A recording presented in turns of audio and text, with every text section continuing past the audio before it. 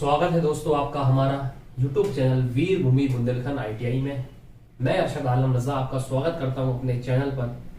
अगर आप हमारे चैनल पर नए हैं तो फटाफट हमारे चैनल को सब्सक्राइब कर दीजिए और बेल आइकन को ऑन कर दीजिए ताकि हर पल पल की नोटिफिकेशन आपके मोबाइल पर पहुंचते रहे। तो दोस्तों, जैसा कि आपको मालूम है हमारी क्लास वर्कशॉप कैलकुलेशन चल रहा है। वर्कशॉप कैलकुलेशन में मैथ और साइंस दोनों आती है। हमने कुछ अभी इससे पहले परसेंटेज पढ़ रहे थे, परसेंटेज को भी हमने थोड़ा रखा है, थोड़ा बाकी रह गया है, लेकिन थोड़ा बहुत उसके आगे के चैप्टर पढ़ाना भी जरूरी है। इससे पहले हमने एक साइंस का चैप्टर पढ़ा था। वर्कशॉप कैलकुलेशन मैथ और साइंस दोनों आती है, मैंने आपको बताया था 10th स्टैंडर्ड की। तो साइंस का हमने एक चैप्टर पढ़ा था यूनिट, जिसमें मैंने आपको बताया था यूनिट किसे कहते हैं, नापते कैसे हैं, SI पद्धति, FPS पद्धति, MKS पद्धति, CGS पद्धति। उम्मीद करता हूँ आपने वो वीडियो देखी होगी और आपको काफी कुछ समझ में आया होगा। उस चैप्टर में सिर्फ क्या था, आपको सिर्फ सबके मात्रक याद करने हैं कि SI पद्धति में बल का मात्रक क्या होता है, विद्युत धारा का मात्रक SI पद्धति में क्या होता है, कार का मात्रक CGS पद्धति में क्या होता है। तो सारी यूनिट होती है वो याद करना है, सिर्फ आपके पेपर में वही पूछता है। ठीक है, अब हम साइंस का दूसरा चैप्टर पढ़ेंगे जिसका नाम है चाल एवं वेग, स्पीड एंड वेलोसिटी। ठीक, तो इसमें कुछ लिखवाने को तो है नहीं है, सिर्फ समझने को है। तो मैं आपको बताऊंगा कि किसको क्या कहते हैं, आप गौर सुने और मैं कहना क्या चाह रहा हूं। ठीक है, सबसे पहले क्या है चाल और वेग। चाल और वेग से पहले हमें कुछ अवस्थाएं पता चलना पड़ेगी कि हम किसे विराम अवस्था किसे कहते हैं, गतिमान अवस्था किसे कहते हैं, तभी हम चाल और वेग को समझ पाएंगे। तो पहले हमें विराम अवस्था और गतिमान अवस्था किसे कहते हैं। सबसे पहले बात आती है विराम अवस्था। क्या? विराम अवस्था। पहला हम विराम अवस्था को जानने की कोशिश करेंगे कि विराम अवस्था हम कहते किसे हैं। ठीक है, विराम अवस्था में क्या होता है, जब किसी वस्तु की समय के साथ, जब किसी वस्तु की समय के साथ स्थिति में कोई परिवर्तन ना हो, उसे हम विराम अवस्था कहते हैं। कहने का मतलब है कि ये मैं अभी यहां पे खड़ा हूं और मैं यहीं खड़ा रह जाऊं, ना मैं आगे बढ़ूं ना मैं पीछे बढ़ूं, तो ये मेरी कौन सी अवस्था है, ये मेरी विराम अवस्था है, क्योंकि समय के साथ कोई परिवर्तन नहीं हो रहा। यानी ये आपके सामने ये एक पेन है और इसको मैं लिए खड़ा रहा हूं, तो ये पेन रुका हुआ है एक जगह, तो ये क्या विराम अवस्था में रुका हुआ है। यानी कुर्सी रखी हुई है तो कुर्सी क्या है, एक विराम अवस्था में है।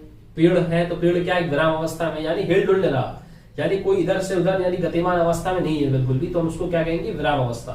विराम अवस्था तो क्या कहते हैं, तो एक बार फिर बताऊंगा। विराम अवस्था का मतलब क्या होता है, जब किसी वस्तु का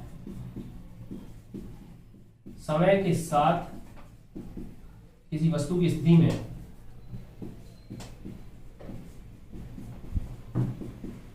समय के साथ कोई परिवर्तन ना हो,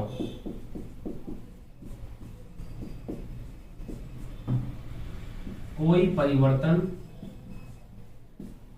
ना हो, उसे विराम अवस्था कहते हैं।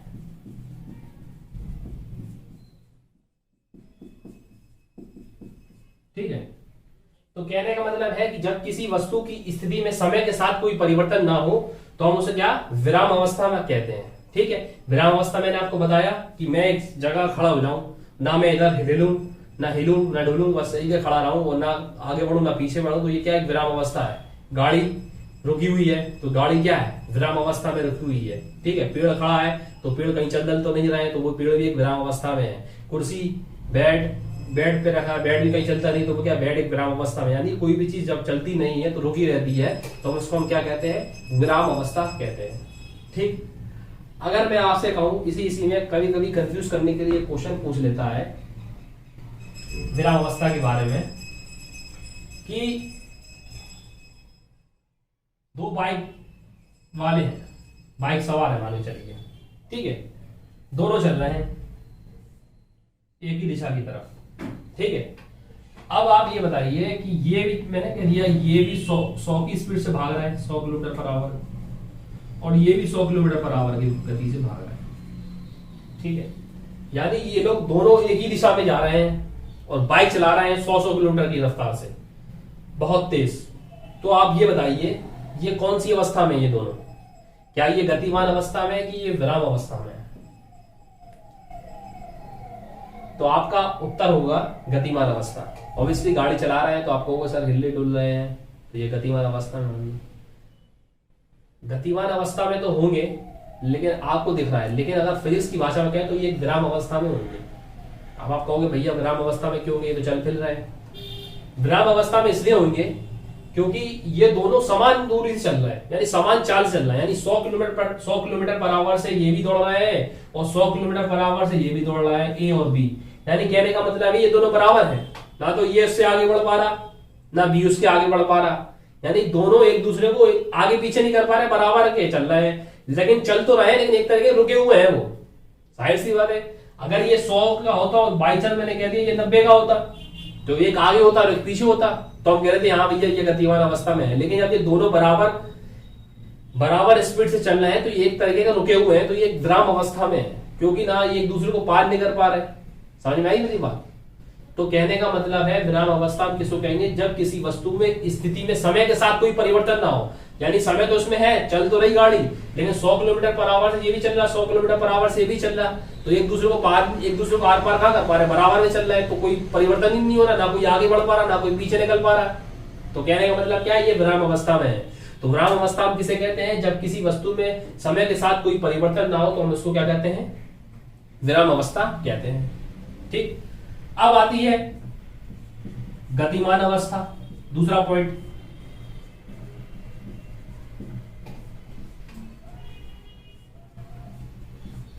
ठीक है, मैंने आपको बताया कि वर्कशॉप कैलकुलेशन जो आपका एक पार्ट है, इसमें आपकी मैथ और साइंस दोनों आएगी 10th स्टैंडर्ड की। तो ये आपको दोनों को पढ़ना जरूरी है।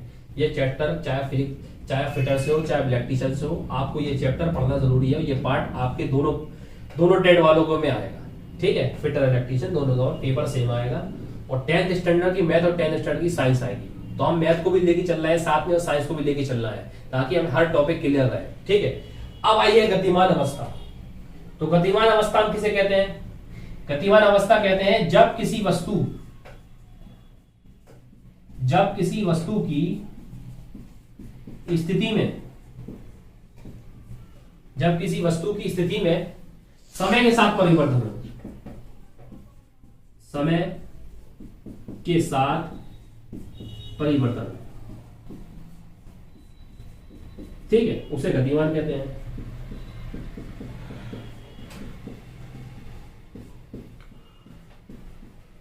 गतिमान अवस्था कहते हैं। ठीक है, अब ये बात क्या आई कि जब किसी वस्तु में समय के साथ, यानी जब किसी वस्तु में समय के साथ परिवर्तन हो तो हम उसको हम क्या कहेंगे, गतिमान अवस्था। यानी कहने का मतलब है समय का साथ परिवर्तन ऐसा हो, जैसे मैं ये चल रहा हूं तो मैं इधर से इधर आ गया, तो देखिए परिवर्तन हो गया समय के साथ। मैंने एक समय में यहां था, एक समय में इधर आ गया, यानी एक समय में आगे था फिर एक समय में पीछे आ गया। तो ये मैं जो आगे पीछे हो रहा हूं तो ये समय के साथ परिवर्तन हो रहा है। यानी मैं इधर से इधर आ रहा हूं, इधर से इधर आ रहा हूं, तो एक तरीके से गतिमान हो रहा हूं कि नहीं हो रहा हूं। अगर खाली जगह खड़ा रहा हूं तो ये कौन सी अवस्था है, विराम अवस्था है। और आगे पीछे दाएं बाएं मुड़ता रहूं, चलता रहूं, फिरता रहूं, तो ये क्या है, ये एक तरह की गतिमान अवस्था है। तो आपसे पूछ लेगा कि विराम अवस्था में समय के साथ परिवर्तन होता है नहीं होता है, बताइए। गतिमान अवस्था में समय के साथ परिवर्तन होता है नहीं होता है, बताइए। तो आपको समझ में आ गया होगा कि विराम अवस्था किसे कहते हैं, गतिमान अवस्था किसे कहते हैं। विराम अवस्था हम उसे कहते हैं जब किसी वस्तु की स्थिति में समय के साथ कोई परिवर्तन ना हो, उसको हम विराम अवस्था कहेंगे। यानी कोई वस्तु मेज पर रखी है, ठीक है, हम एक जगह खड़े रहे, ना आगे बढ़े ना पीछे बढ़े, तो हम गतिमान अवस्था में हैं। ठीक है, एक मैंने आपको फिजिक्स की लैंग्वेज में मैंने आपको एक एग्जाम्पल भी दिया कि दो बाइक सवार 100 किलोमीटर से जा रहे हैं, लिख तो रहे हैं हमें गतिमान अवस्था में, लेकिन वो है नहीं एक्चुअली में। क्यों? क्योंकि एक दूसरे को पार ही नहीं कर पा रहे, वो एक तरीके के रुके हुए हैं। भले वो गतिमान अवस्था में चल रहा है लेकिन वो एक दूसरे को पार नहीं कर पा रहे हैं, हिल डुल ले रहे हैं। ठीक है, गतिमान अवस्था क्या है, जब किसी वस्तु की स्थिति में समय के साथ कोई परिवर्तन हो, उसको हम क्या बोलते हैं, गतिमान अवस्था कहते हैं। ठीक है, ये हो गया हमारी, ठीक है, पेपर तो। हाँ, तो अभी हमने क्या जाना बेटा, हमने विराम अवस्था जानी और गतिमान अवस्था जानी। अब हम जानते हैं गति। एक समान गति क्या होती है?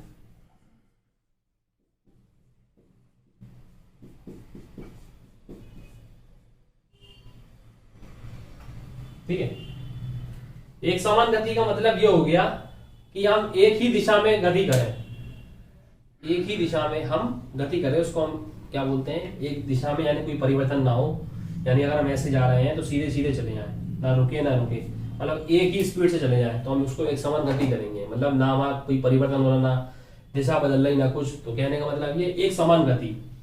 ठीक है, एक समान गति को हम क्या भी कह सकते हैं? यानी सीधी रेखा में गति करें तो हम उसको एक समान गति कहते हैं। एक होता असमान गति। असमान गति का मतलब क्या? बदलते रहे हम। जैसे हम ट्रैफिक में गाड़ी चला रही तो क्या वहां एक समान गति चलेगी? नहीं चलेगी। ट्रैफिक हो गया कहीं तो कहीं गाड़ी रुकेगी, फिर खुल गया फिर चलेंगे, तो ये कौन सी गति कहलाएगी? तो ये असमान गति कहलाएगी। ठीक है, असमान गति में अब वो कहेगा एक समान गति के उदाहरण क्या होगा? एक समान गति मतलब एक जैसी गति करने जाना। जैसे मान लो चलो पेड़ से जो तुम्हारा फल गिरेगा, पेड़ से जो फल गिरेगा वो हमेशा एक समान गति से गिरेगा। वो ऐसे नहीं गिरेगा कि भैया कभी रुक गया बीच में फिर गिर गया। अगर वो टूटा पेड़ से तो एक समान गति से ही गिरेगा, नीचे ही गिरेगा वो। तो पेड़ से जो फल गिरेगा वो एक समान गति से गिरेगा।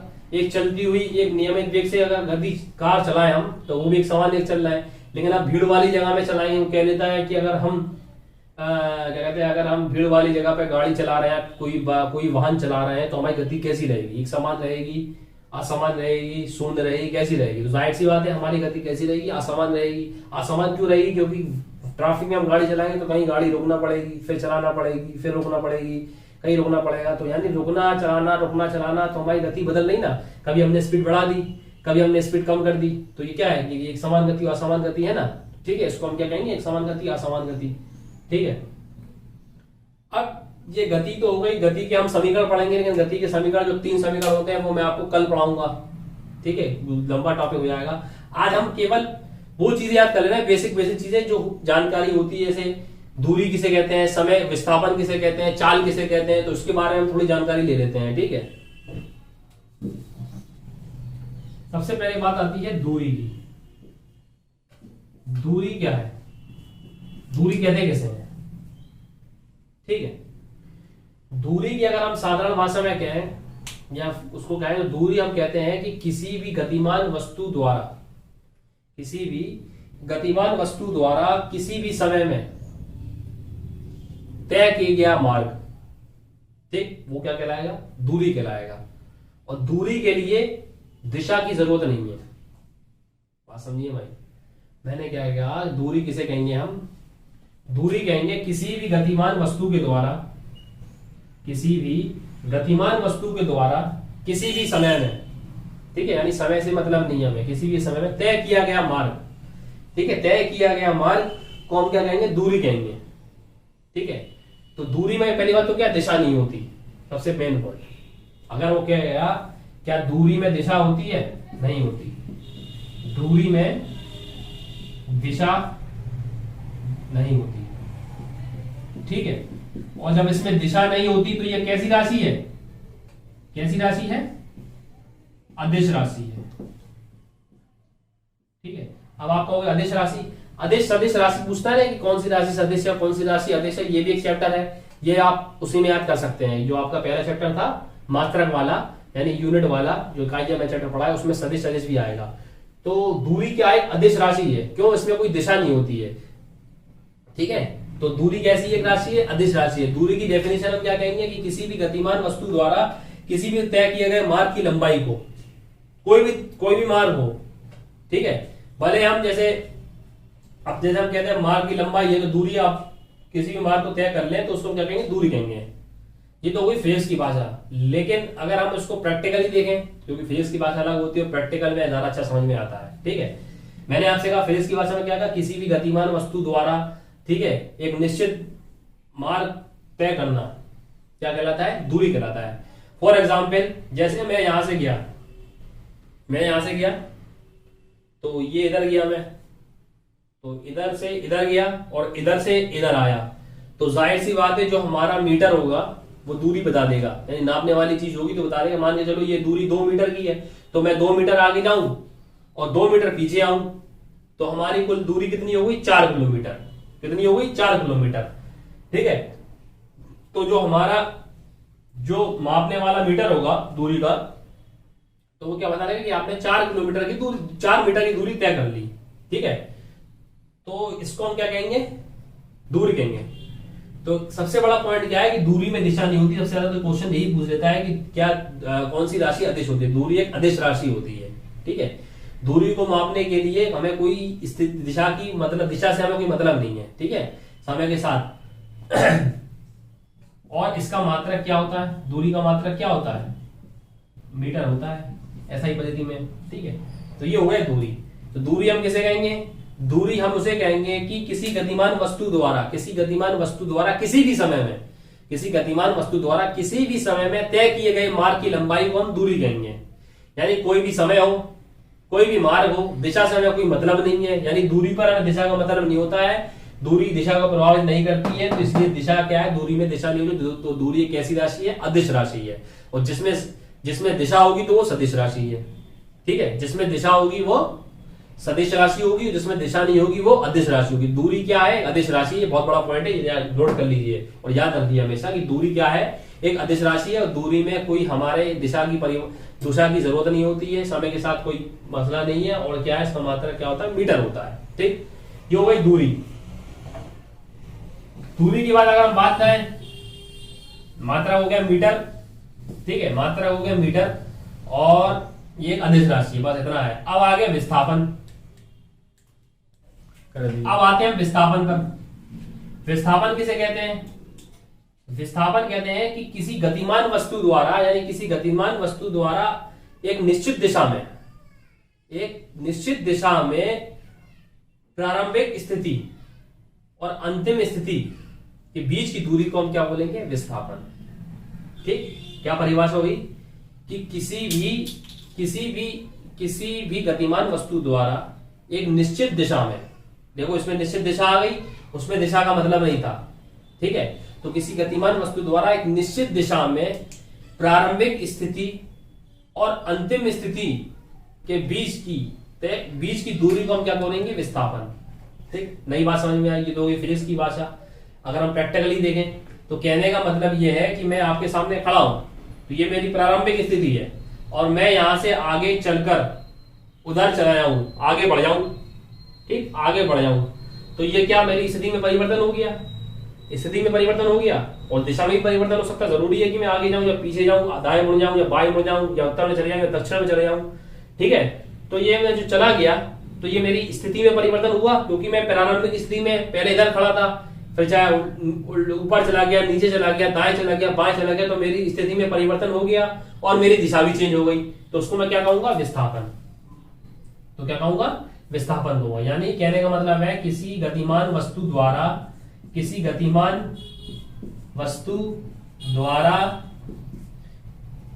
निश्चित दिशा में, एक निश्चित दिशा में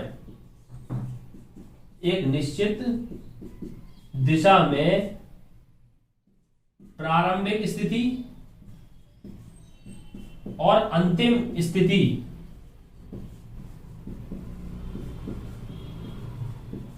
अंतिम स्थिति के बीच की दूरी क्या कहलाती है? विस्थापन कहलाती है। ठीक है, ठीक, विस्थापन कहलाती है। यानी कहने का मतलब है किसी गतिमान वस्तु द्वारा एक निश्चित दिशा में प्रारंभिक स्थिति और अंतिम स्थिति के बीच की दूरी को हम विस्थापन कहते हैं। अब देखो, जब इसमें कह रहा है कि निश्चित दिशा में, तो यानी इसमें दिशा का महत्व है, तो ये कैसी राशि हो गई? सदिश राशि हो गई। ठीक, ये एक सदिश राशि हो गई और इसका मात्रक क्या? इसका मात्रक भी मीटर होता है।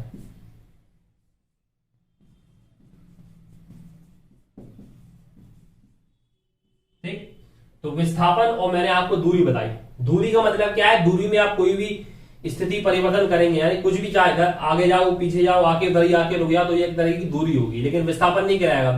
विस्थापन नहीं कराएगा। क्यों नहीं कराएगा? जैसे मैंने आपसे कहा कि मैं आगे गया 2 किलोमीटर, फिर पीछे लौट के फिर 2 किलोमीटर आ गया। अब वो आपसे कहे कि आपका विस्थापन कितना हुआ? कोई विस्थापन नहीं हुआ। क्यों? क्योंकि मैं जहां गया था लौट के दोबारा उधर ही आ गया। दिशा में कोई परिवर्तन हुआ? नहीं हुआ, क्योंकि मैं जहां गया था वहीं पे आके खत्म कर दिया, दोबारा लौट के। कोई विस्थापन नहीं हुआ, तो विस्थापन मेरा कितना होगा? 0। लेकिन अगर मैं दूरी की बात कहूं कि मैं आगे जाऊं 2 किलोमीटर, फिर पीछे आऊं लौट के 2 किलोमीटर, तो मेरी दूरी कितनी होगी? 4। और विस्थापन कितना होगा? 0। विस्थापन तभी होगा जब हम अपने जगह से थोड़ा स्थिति में परिवर्तन है। यानी कहने का मतलब यह है कि हम इधर खड़े हैं और 2 किलोमीटर आगे जाके खड़े हो जाए, तो क्या हमारी स्थिति में परिवर्तन आ गया? परिवर्तन आ गया, क्योंकि ये हमारी प्रारंभिक स्थिति है और आगे हम 2 किलोमीटर गए, वो हमारी अंतिम स्थिति है। तो उसकी बीच की जो लेंथ है वो क्या कहलाएगी? वो क्या कहलाएगी? वो विस्थापन कहलाएगा। ठीक है। और दूरी क्या कहलाएगी? दूरी क्या कहलाएगी कि मैं 2 किलोमीटर गया आगे, फिर 2 किलोमीटर पीछे लौट के आ गया, तो ये क्या हो गया? दूरी कितनी होगी? 4 किलोमीटर होगी। 2 किलोमीटर आना और 2 किलोमीटर जाना, क्योंकि मैंने बताया था कि दूरी की परिभाषा क्या होती है, किसी भी दिशा में कुछ मतलब होता नहीं है। दिशा में दिशा उस पर निर्भर नहीं करती है दूरी पर। ठीक है। तो ये हो गया विस्थापन। विस्थापन का मतलब क्या है कि विस्थापन में एक निश्चित दिशा होगी और स्थिति में परिवर्तन होगा, तभी आप उसको विस्थापन कहेंगे। यदि हमारी स्थिति में परिवर्तन नहीं हुआ तो विस्थापन कुछ नहीं होगा। यानी हम 2 किलोमीटर आगे गए और 2 किलोमीटर पीछे आए, तो हमारा विस्थापन कितना हुआ? तो विस्थापन 0। ठीक है। हाँ, अगर हम 10 किलोमीटर आगे निकल जाते हैं तो ये हमारी स्थिति में परिवर्तन आ गया, तो विस्थापन कितना हुआ? 10 किलोमीटर का। ठीक है। तो कहने का मतलब है जब हमारी स्थिति में परिवर्तन होगा दिशा के साथ, तो वो क्या कहलाएगी? वो कहलाएगा विस्थापन। और जब इसमें दिशा है तो ये कौन सी राशि है? सदिश राशि है। इसका मात्रक क्या है? मीटर है। ठीक है। और जब हमारी की दिशा से मतलब नहीं हो और हम जाएं किसी भी स्थिति में कोई भी दूरी तय कर ले, तो उसको क्या कहेंगे? दूरी कहेंगे। ठीक है, दूरी कहेंगे। ठीक है। उम्मीद करता हूं आपको ये बात समझ में आई होगी। ठीक। किसी भी समय में हम कोई भी लंबाई तय कर ले तो उसको हम क्या कहेंगे? दूरी कहेंगे। क्वेश्चन आपसे ये पूछता है, क्वेश्चन ये नहीं पूछेगा दूरी किसे कहते हैं, विस्थापन किसे कहते हैं। क्वेश्चन ये पूछेगा कि दूरी कैसी राशि है, तो दूरी एक अदिश राशि है। ठीक। विस्थापन कैसी राशि है? विस्थापन एक सदिश राशि है। दोनों का मात्रक सेम होता है, मात्रक दोनों का मीटर होता है। ठीक है। मीटर इसका भी होता है, मीटर उसका भी होता है। ठीक। ठीक। तो उम्मीद करता हूं आपको ये दोनों चीजें समझ में आई होगी। मैंने आपको दूरी बताई और विस्थापन के बारे में जानकारी दी। तो ठीक है, आज के लिए हम थोड़ा इतना ही रखते हैं, थोड़ा कम लेके समझते हैं जिससे आपको ज्यादा दिक्कत ना हो। तो मैंने आपको आज दूरी, विस्थापन के बारे में जानकारी दी और प्रारंभ गतिमान अवस्था और विराम अवस्था क्या होती है मैंने उसको बताया। वो गति क्या होती है, एक समान गति क्या होती है और असमान गति क्या होती है उसके बारे में बताया। कल हम इसी टॉपिक को थोड़ा और आगे लेके चलेंगे ताकि आपको और जानकारी प्राप्त हो। थोड़ा थोड़ा लेके चलेंगे। ठीक है। अगर आपको इस चैप्टर में समझने में कोई दिक्कत हुई हो तो आप नीचे कमेंट बॉक्स में लिख दीजिए कि सर मुझे ये समझ में नहीं आया, तो मैं आपको थोड़ा कल दोबारा रिपीट कर दूंगा जो बात आपको समझ में नहीं आएगी। उम्मीद करता हूँ आपको ये बात मेरी आज की क्लास पसंद आई होगी। तो फटाफट हमारे चैनल को सब्सक्राइब कीजिए और हमारी वीडियो को लाइक कीजिए। मिलते हैं आपको नेक्स्ट